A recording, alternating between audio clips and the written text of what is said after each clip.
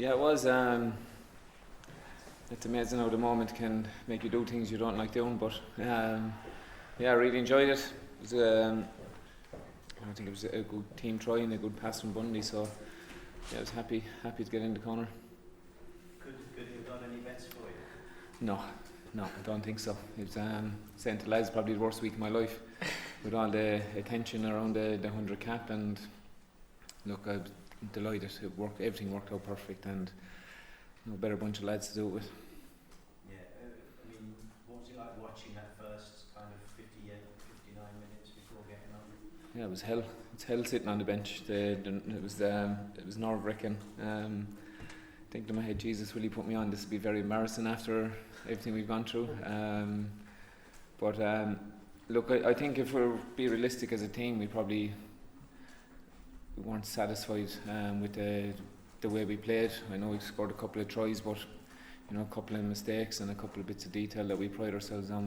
We let ourselves down on that as well. But look, it's always to get a win over a good England side.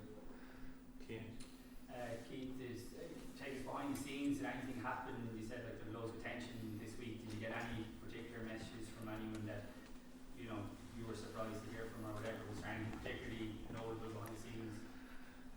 Yeah, look, the lads had my family in on Thursday. My parents, my sister, and my wife and my girls.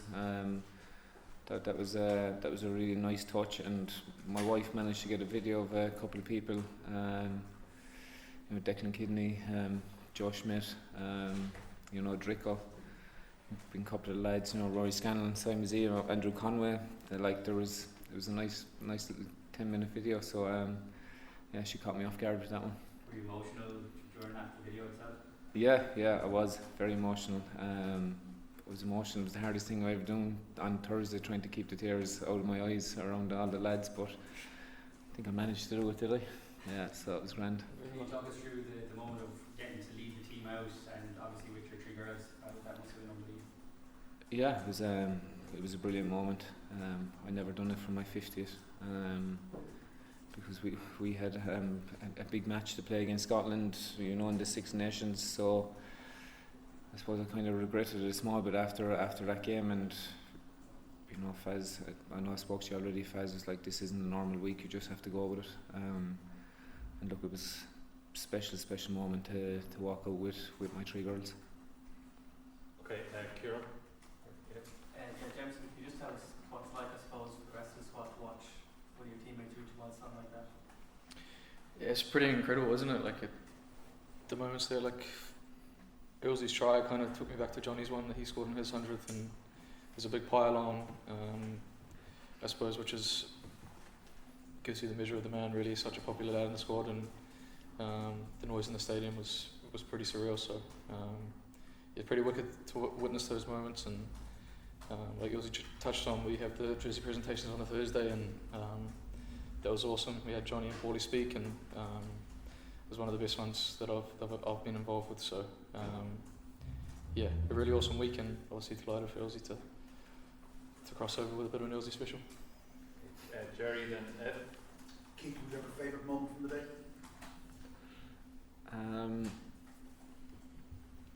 I suppose getting presented with the cap by Andy Farrell. We're big rugby league fans in our house.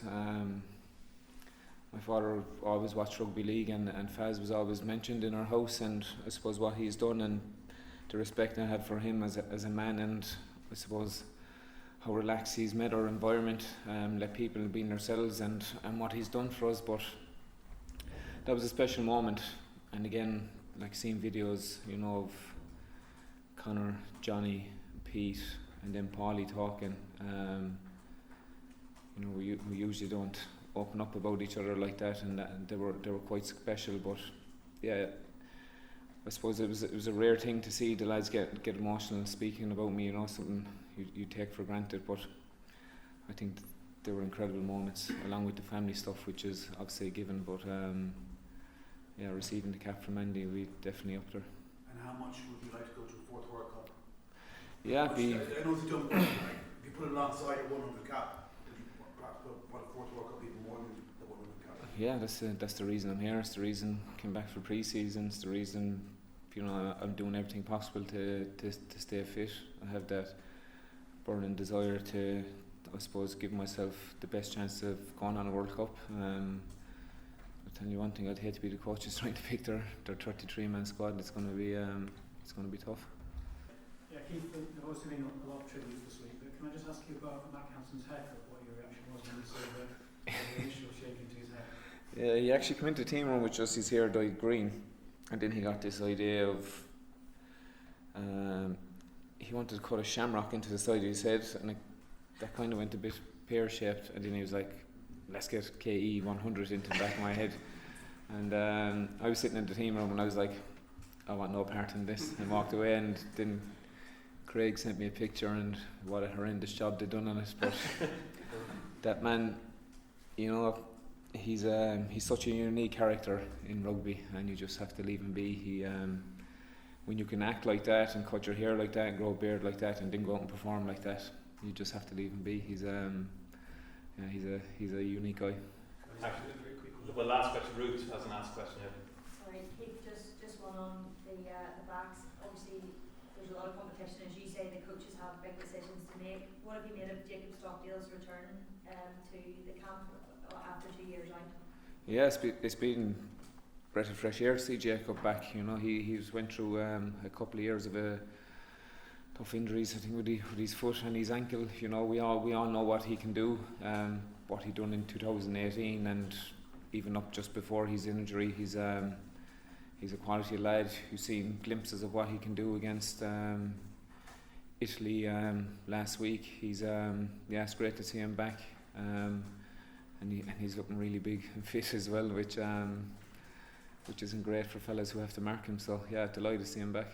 Sorry, last question, Keith. Sorry, just very quickly, Keith, your 10 tries off Brian O'Driscoll now, does that come into the thinking at all? Like, No. Like, you don't know. Who knows? Today could have been the last one. You don't know. Yeah, maybe if we get in within 4 or 5, maybe I'll start thinking about it. But we'll enjoy today's one.